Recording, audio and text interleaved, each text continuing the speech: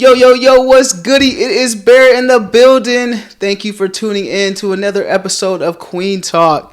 On today's episode, we have a very special guest named Elliot. Please welcome. Thank you. Yeah. Thank you. Thank you for joining me today. You want to give the audience a little bit about yourself? So my name is Elliot Dew. I am 25 years old. I grew up in Derby, went to school in Rose Hill, and then I've been in Wichita ever since I turned 18. I'm Chinese. My pronouns are he, him, his. And how I identify in the community, I'm just your standard run-of-the-mill 5-foot trans guy. So You said stand in the middle 5-foot trans guy? Is that what you said? standard run-of-the-mill. Standard run of the mill? Yeah. Okay. What an introduction. Now, you've identified as transgender for like the last 10 years now, you said? Socially? Yeah. Okay. On Transgender Day of Visibility is going to be my official 10-year anniversary. Okay. For that, so. Yes, that is coming up on March 31st, by the way. Easter. Trans Day of Visibility. So what did that look like for you 10 years ago? Like, you came out on Trans Day Visibility? Yeah, without even realizing it. Okay. Yeah, it was a process because my sophomore year of high school, my English teacher was like, all right, we're going to write a memoir about ourselves. And I was like, hey, I'm coming out as transgender in this memoir. And then that's how it happened and how the cookie crumbled. So Okay. Did you know it was Trans Day of Visibility that day? Like, not at all. okay, so how did you know? Like, what was your memoir? What did you write in your memoir? So this one influential YouTuber, Alex Birdie, he is a famous FTM dude from, I think, UK or so. FTM. Female to male transgender, just Okay. like me. So, and he basically had a video before he started testosterone called The Little Things. And in that video, he just started naming a bunch of different things about being trans mask that always bothered him. And at the end of the video, your boy was in just absolute tears. And I'm like, that is so me. Okay. And that's how I realized I'm transgender. So it was the final piece of the puzzle. All right. So that you watched that video and you were watching. You said his name's Alex. Mm-hmm. You were watching them long before, like that day that you wrote the memoir, or Yeah. Okay. And so when you wrote the memoir, what did you say? I said, basically, this is who I am. I identify as Elliot now with he, him pronouns, and this is my story, essentially. Just like you, leading up to everything. So, Were you a part of the community before then? Did you like come out yeah. before? Okay. So how did you identify before coming out as trans? before I came out as trans, I was the biggest flaming lesbian anyone had ever seen in Derby at that time. And Okay. So when you came out, you were in high school, like in. my sophomore year of high school was when I came out as trans. My 7th grade year of middle school was when I came out as bisexual or lesbian. So Okay. Now let's rewind to. So you've had multiple coming out stories. So let's like go to the original 7th grade yeah, coming out story. What was that like for you? very traumatic. Okay, traumatic. How was that traumatic for you? Just because my family showed their true colors. And little did I realize my father grew up on a small little family farm in Marion, Kansas, which is super duper Catholic. And then my mother was super duper Christian. And they were both just like, haha, no gays in this house. And so I was like, okay. And I hid it from them for about 6 years or so until they caught me making out with my ex-girlfriend at a park across the street from my grandma's house in Rose Hill, Kansas. And then how did that go? Like when they, well, so did you have a sit down with your family and no at all? No. So when you came out in 7th grade, how did they find out that you were that kiss, or was it before? No, before it was my ex-girlfriend, my very first ex-girlfriend and love of my life ever. Her mother called my parents and was like, did you know that your daughter's turning my daughter gay and this and that and her and they just released a big old can of worms. Oh man. So then your parents like sit you down and had a conversation with you after that? They were just like, there's no gay bullshit in this household and this and that. And And I was like, okay, live by those rules until I turned 18. And then 2 weeks after that, I was pieced out on them and moved out into a 2-bedroom apartment with like 5 other people and like a bunch of animals. Okay, so do you have a relationship with your family as of right now? We talk, not often, but it is what it is. I call them in emergencies. Yeah, so they're still there for you, like when they're needed. That's very good. I'm sorry that like it's different, and I don't know. Like I want to talk about like you being Chinese and the Chinese culture of that nature, just so like everyone gets to understand. Like that's why I want to do this podcast. It's like because there is different cultures and different backgrounds. So like what? Oh, I'm adopted. Okay, you're adopted. White people. Yeah. Oh, okay. So what is that? What is that like? I don't fit in with the white kids. I don't fit in with the Chinese people at all. Like, because I just don't have that culture or the knowledge or the language like in me. Yeah. So your family being white, what does that look like for you, and like you're identifying, and how are you navigating that, or do you navigate it? It's an interesting process. I'm not gonna lie. Yeah. My parents to this day still misgender me and dead name me. So even though I look and sound like this, and I've been on testosterone for 7 years and counting, so. Okay, so I gotta rewind all the way back. So you're adopted. When did you become adopted? I was adopted at 6 months old, brought to the States at 7 months. Okay. By my white parents, and then I've been in Kansas ever since. So. Okay. And do them raising you, did they help you identify with like being Chinese within their culture, like, or did you get just raised white? At the beginning of it, we had this FCC group of families of Chinese children, where we all just like got together of all the white parents that adopted Chinese kids in the Wichita area, and we all celebrated like Easter, Chinese New Year, this and that together, and it was pretty cool. And then as I got older, they just stopped doing it. Yeah. So. Okay. So do you have those times where you get to like tap in with your culture or anything, or? Not anymore, no. Okay. The most I do is I go to Grace Market and the nice lady behind the counter calls me son. Okay. Well, I'm like, that's so interesting. I feel like that's like a whole nother podcast within itself, just like being raised by a white family and having to navigate your culture because you don't identify like the way that they identify. So, and how do you process that at 25 years old now? Yeah. Still trying to search for that community and whatnot. It's a wild ride, for sure. So, do you have siblings? I have one adopted little sister. She is 6 years younger than me, and I love her with all my heart, even though we don't have any contact anymore. So, because our parents just broke that off with their homophobia and all that, and then they raised her with those same idealistics. So, so what support system do you have right now for you? My found family, for sure. Yeah. And when you say found family, is that the people that you moved in with, your roommates and stuff like that, or? Yeah, my roommate for sure is definitely a strong like support system member, and then just all the friends and family that I've made throughout the queer community here in Wichita, for sure, is part of my found family. And what does that look like for, like, have you been able to find like queer friends and family who are also Chinese, or just like what is? One, yes, but he passed away earlier this year, unfortunately. Oh, I'm sorry to hear that. Yeah. You like pretty much hang out with white people all the time, or is it pretty mixed group of diversity? It's a mixed group of diversity, for sure. And are they like, do they also identify as trans, or? It's the whole LGBT mafia, my friends list. all the above. Yeah. Yeah, that's dope. So you said you came out 7th grade to your family.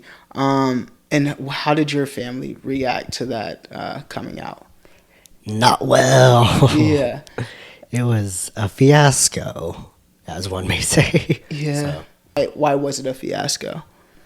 Because just like for everyone's worlds just got turned upside down in my family, except for my little sister, who was like in elementary school at that time and didn't know what was going on. Okay. So it's like, do you feel the love from them still? Or? Oh yeah, for sure. Yeah. Yeah. So you don't feel like they've just like ostracized you and just like. No. Good. The only time I feel like ostracized or anything like that is when they just dead name me or mispronounce me constantly. Mm-hmm. Every single chance they get, especially in public, to like random servers, people helping me, just like in the Verizon store, for example. Mm-hmm. I'm just like, can you help her with her phone, please? Yeah. And Do you correct them? No. You don't correct them? You just. I just stare blissfully off in the distance and dissociate as hard as I physically can. Yeah. What does that like make you feel like on the inside when someone does misgender you? I'm just like, dude, look at me. Come on, be real. Yeah. Are you shitting me? What now you've been in this process of socially coming out as transgender for 10 years now, you said. Yeah. Congratulations. Thanks. What has that been like for you the last 10 years of your life? It's been pretty interesting, to say the very least. Men's bathrooms, the worst part about transitioning ever. Swear to God. They're just so disgusting and just, it ain't it. I mean, the women's bathroom is not the greatest either. You would think that it's probably a little better, but they'll still be nasty too. Like, no, men don't aim anywhere. You walk in the stall, it's sticky. You try to sit down, it's sticky. It's all bad. Learn how to aim. Please. That's funny. So have you had any like conflict with using like the restroom or anything like that? Like, once at a local bar here a couple years back, they saw my ID and then they pointed me to the women's restroom after I walked in the men's restroom. Super duper full of a bunch of dudes just at urinals, and I walked immediately out and decided to hold it for the next hours that we were going to be at the bar. So. Okay. So like other than that experience right there, like you haven't had any problems with. How do you feel about like the bathroom law situations, like the discussion? Like, what's your take on that? It's all BS. Just let people go when they have to go. Yeah. It's simple as that. Today, when I use the restroom, in like a lounge area, and it has like a man and woman on there, but both of the bathrooms have the exact same thing. It's a toilet. There's no urinal in there, so I just the woman's stall was occupied, so I went into the men's restroom, and when I came out, the dirty look that I got, I'm just like, it's the same bathroom, like it's unisex. Yeah, I was like, it's okay, like, and I don't understand, like in that setting, like. It's literally the same bathroom, and you're making it gender fit a gender when it's literally the same thing. But maybe it's because the men don't know how to aim, and women don't want to sit down in it. Honest to God, nobody wants to sit in that. What other like social? So would you say that's what you've socially been doing? When you say socially for the last 10 years, like what do you mean by socially? Just like... I've been identifying as Elliot instead of my dead name. Mm-hmm. That remains dead except on paychecks. So. Okay. Yeah. Now, was it last year Kansas passed the no ID changing? Is that correct? I believe so. I'm not up to date on politics. Were you able to change your ID and stuff like that, or I missed the deadline by 3 days. Damn. So yeah, my ID still says my birth gender. So okay. Now that you've transitioned and like it's been 10 years from now, like what progress have you seen from like when you first started to like now today? Way more acceptance now that I pass like as male. Mm-hmm. And I'm in stealth mode, as most trans dudes would say, within the community. But yeah, people show their true colors when they think they're talking to just like another cis person. Yeah. It's wild. Yeah. It has progressed so much in the last 10 years. Like we've seen like transgender awareness a lot more. Oh yeah. more representation in the media for sure. And when was the first time that you saw representation of? When I was like 14 years old watching Degrassi. Oh, Degrassi? What did you... Freaking Adam was my character because he was the only little trans boy in that show. And then, spoiler alert, they killed him off. But he was a damn good actor, and he was the cutest little thing ever. Little Canadian thing. So that was the first time that you seen representation? Like, did you know, like, transgender was at that time when you watched it? Oh, yeah. Yeah. Because I saw a True Life on MTV of just like, I'm getting a sex change. And I watched that, and it talked all about trans people. One trans dude got a top surgery, and then trans woman got bottom surgery in the episode. And that's what my introduction to trans was. And what, after watching that, what was your head, where was your head at after you watched that episode? It just opened my mind to everything else in the world, and I thought it was pretty cool. At the moment that you seen the YouTube of Alex, would you say like that's the moment you were like, okay, I am transgender, like this is how I identify? It was just like a aha moment, like, okay, this is me. Yeah, essentially, because my freshman year of high school, I was part of this one collaborative LGBT YouTube channel. We posted like, I think 2 to 3 videos each. It lasted that long.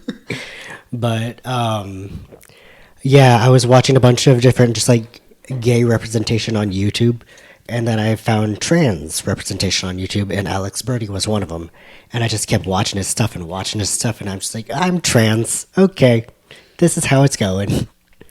Before you got to that moment where you are trans, what were you feeling growing up that made you feel like, okay, I am trans? Well, just growing up, I always knew something was like a little bit off about me, and I just couldn't pinpoint what it was until like I had all these different puzzle pieces like being thrown at me throughout my childhood of just realizing I should have realized a lot sooner, but yeah, it's just all these puzzle pieces come flying at me, and then that Alex Birdie video was the missing piece of the puzzle that just locked it in for me. And how did you navigate that? Because you knew that in high school, so like, how did you navigate those thoughts and feelings like growing up in high school in Derby, Kansas at that? That was in high school. I was at Rose Hill at that time, which made it way worse. Okay. Because I was the only, as they called me, the Gaysian in this little old country-ass white bumpkin town. Still love Rose Hill. Great food from Louis Cafe there, we'll admit. But, yeah, country bumpkin town. And I was the only gay and Asian kid there. Got bullied relentlessly. They tried to say that I was dating this one other gay black kid there, and I was like, he doesn't even like me like that. We're just friends. Hello? Did the school know that you were like getting bullied, or like? Oh, they didn't give a darn at all. For real? Yeah. Dang. So like you even like turned it in and stuff like that too, and like nothing, or they would. I told my most trusted teachers, and they just let it go under the radar, I guess, or something. They watched out for it, and then my bullies never struck then, so. Jeez, I'm sorry that happened to you. I feel like it's not, I feel like that's like what essentially, like, next, I'm sure you've heard of the story, just like getting bullied in school and then like teachers not stopping it, the faculty not stopping it, and it just like continues to grow and grow, and it's like you can be a dictator in those moments of just like stopping the hate and the bullying, but if you continue to let it go, like people are like, that's hurtful, especially like now there's online, so you get it from at school and online, so it's a lot. I'm sorry like that was, and you're Asian, and so it's like the only Asian in the school that identifies as gay too, so you're getting double the hate of that. Yeah. It's not It's not a good feeling at all. And I think we do joke and have our humor about it just to like get by, but that shit ain't right. Like, No. and there's stuff that can be done to prevent that stuff too from happening. How did you cope and get through high school with all of that stacked against you? It took a lot of willpower, to be honest with you. Yeah. Because my coping mechanisms back in high school were not the best, but they got me through, Yeah. and I'm here to this day. Yeah. So, Making it through just one day at a time. yes, indeed. Yeah. And you just said, I don't, are you open about your therapy? You just came here from therapy. So have you been going to therapy for a while now? Like, Yeah, on and off throughout adolescence, and then when I finally got insurance through my job a couple years ago, when I got promoted as manager, like 3 years ago. Yeah. Then I started going to therapy at Friends University, just around the bend, for like $15 a session. Oh, nice. No insurance needed. nice. So, and I get a student therapist, and then I get to say goodbye to them like after they graduate, and then move on to the next student therapist. So- Okay, so you just have to Yep. Yeah.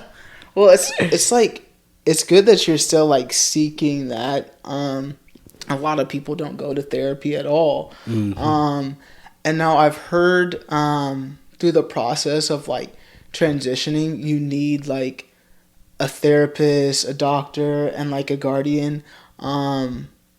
So did you need that during your experience and your process as well to like get the testosterone to start transitioning?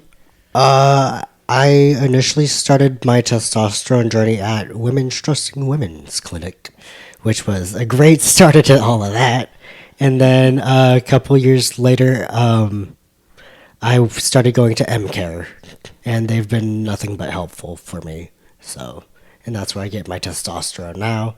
And I never really needed a doctor's okay or any therapist's okay for me to start testosterone.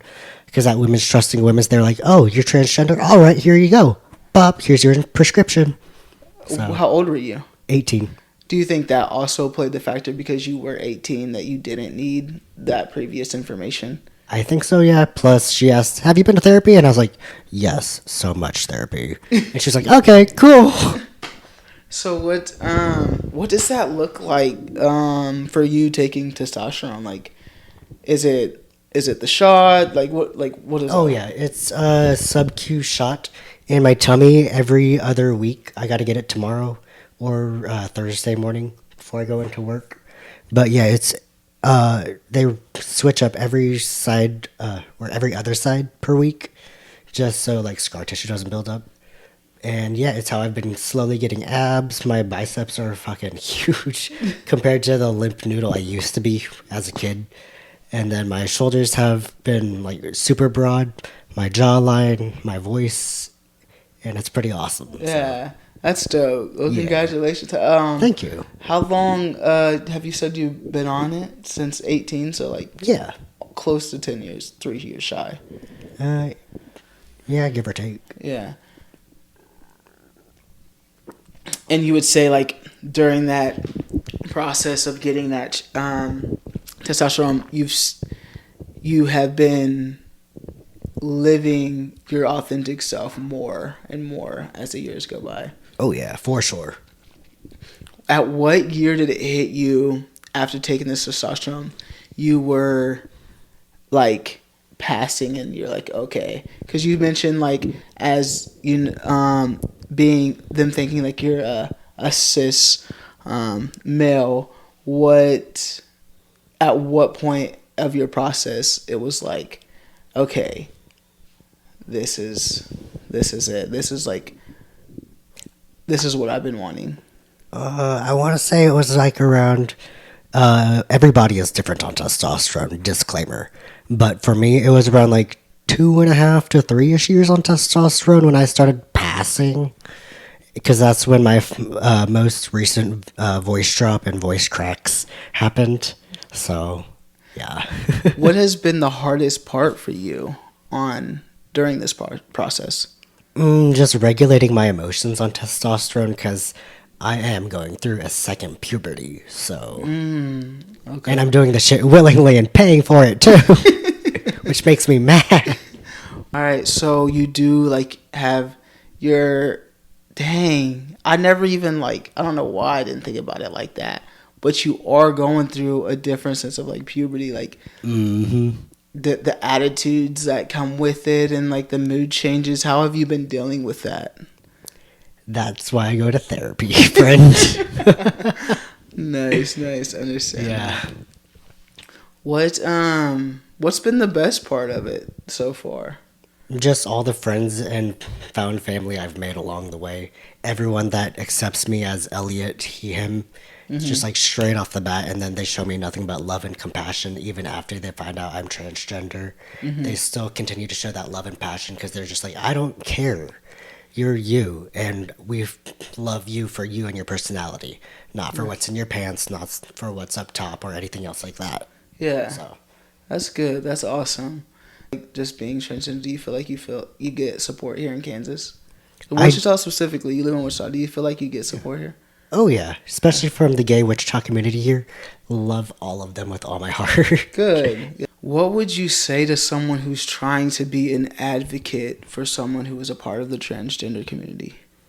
Just listen to trans people, let them have their voice and their space to speak up about issues, and also just protect the fuck out of them and tell them that you love them because you don't know when their last day is going to be, especially here in Kansas in the Bible Belt. So, Yeah. yeehaw. When you say their last day is going to be, what do you mean by that? Just because hate crime happens often in the trans community, so. Right, yeah. Especially if you're not white, so. Yeah. What does an ally look like for you? Just, for example, just a friend to walk to the bathroom with me. And just to make sure that no one's going to harass me while I try and use the men's stall. Right. Or whatever. Yeah. You said that you've only had one incident with the bathroom stall at the club. Do you feel like majority of places that you go, you do feel comfortable and just like being your authentic self? Just besides the bathroom, just... Oh, absolutely. Especially everywhere that I go here locally in Wichita is typically queer-coded anyway. That's why I feel safe going to those places. So. What do you mean by queer-coded? Just like it's inviting to queer people. It has rainbows on the front. It says, hey, you're loved here. You're welcome here. Or anything like that. You feel? So those are like your signs of like, okay, I feel welcomed here. It's like, oh yeah. And you want to go to like, those are the spaces you go to most is when you see that type of acceptance. Oh yeah. That's good. Yeah. I always like to, I mean, I don't always like to, but I seek out for that stuff too. Like, if I see like a flag or something, like, okay, I am comfortable here. It is like a sense of just like you can like release and like just be relieved when you do see like more welcoming things like that. Just so you know, like the owners of this establishment at least understand and get me and they're okay with it. Oh yeah. Is there any organizations that you've worked with closely here in Kansas that have helped you out during your transition and your journey? Not yet, but I am open to anyone that wants to. Yeah. Have you like worked? So you said M-Care you worked with. Oh yeah. Do you get involved, like, you've been here for a while, do you get involved in like Pride or anything like that? Oh yeah. My vocal coach, Enjoy Fountain, she's the one that books me at Pride to go up there on stage and sing and play with my ukulele. Okay. And be the musical act. Okay, yeah. So you've recently done that? Oh yeah, I was on the same flyer as Gia Gunn for the last Pride at NAFSCR Park, and then I played my very first Pride gig at Century 2, which was a dream of mine.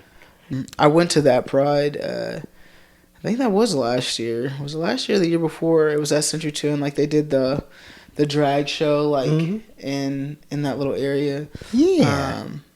With all those vendors and stuff in the aisles. Yeah. Yeah, I was at that one. I performed at that one. Okay, nice.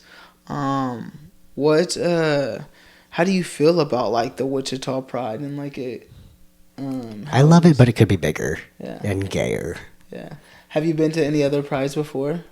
Unfortunately not yet, but I do want to go to like a big city pride and see what the hype is about all of those, because those sound gnarly. I feel like once you do, you'll really enjoy it. It's a different experience for sure. It was lit. There was just so many people down there, and so many vendors and stuff like that. And then I did realize like how small Wichita does, and they don't even really celebrate it in June. It's like they do it in like September or something like that because of the weather. So Yeah. but it is what it is. Sometimes they show out, other times not so much. It's hit or miss, to be honest. Yeah. Because MCare hosted something during Pride Month last year, and that was more lit than NAFSCA Park when I was performing, so. Yeah. And so you said that you perform, you like the ukulele. When have you started music? How long have you been doing music?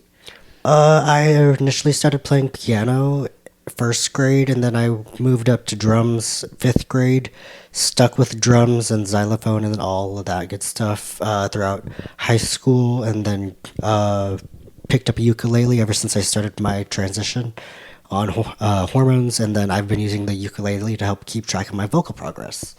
Okay, so that's now why. I can hit new notes. Okay, so you're like having to start completely over in this sense with just like your keys and whatnot of like singing. Is that why you picked up lessons? I picked up lessons just because I was like, hey, enjoy, my voice is changing, I need help. And she's like, I work with prepubescent boys, I got you. Nice, that's cool. Shout out Enjoy. Hell yeah. She's amazing. Just a good representation for like the queer community here in Wichita. Mm-hmm. Yeah, I enjoy her. As do I. I wanted to talk just like a little bit more of like your transitioning process, and what that looks like, what that entails. So you say, do you get a shot like every week, every other week, every month? Every week in my tummy.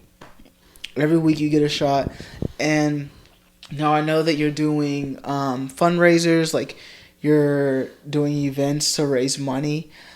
Are you doing this for like your weekly shots? Or are you doing this for like your surgery? All of the above, to be honest. Mm-hmm. And what's the cost look like for you for like everything? Like what does your weekly shots, what does that cost? Your monthly, like what? Weekly, it's $20 for me to go into my MCare clinic, have the nice lady practitioner stab me with a needle because I can't do it myself, and then $25 for the vial of testosterone that lasts me about a month or so. Depends on how many vials I get per like Walgreens trip. And then top surgery overall is about 15 grand, give or take. So. When you say the vial, what is that? What's the vial different than the shot? The vial is what you draw up for the shot. Okay, so you it's just like get the insulin essentially to Okay. make it more like digestible for Okay. the audience. So you go and you get a vial once a month, and then you just take it to the clinic, and they do all of it for you. Yeah. You just have to pay $20 a week because you don't want to do it yourself. Yeah. Oh, dang. So you would save it does save costs if you were did it at home, but I'd rather a professional do it just so I don't screw it up.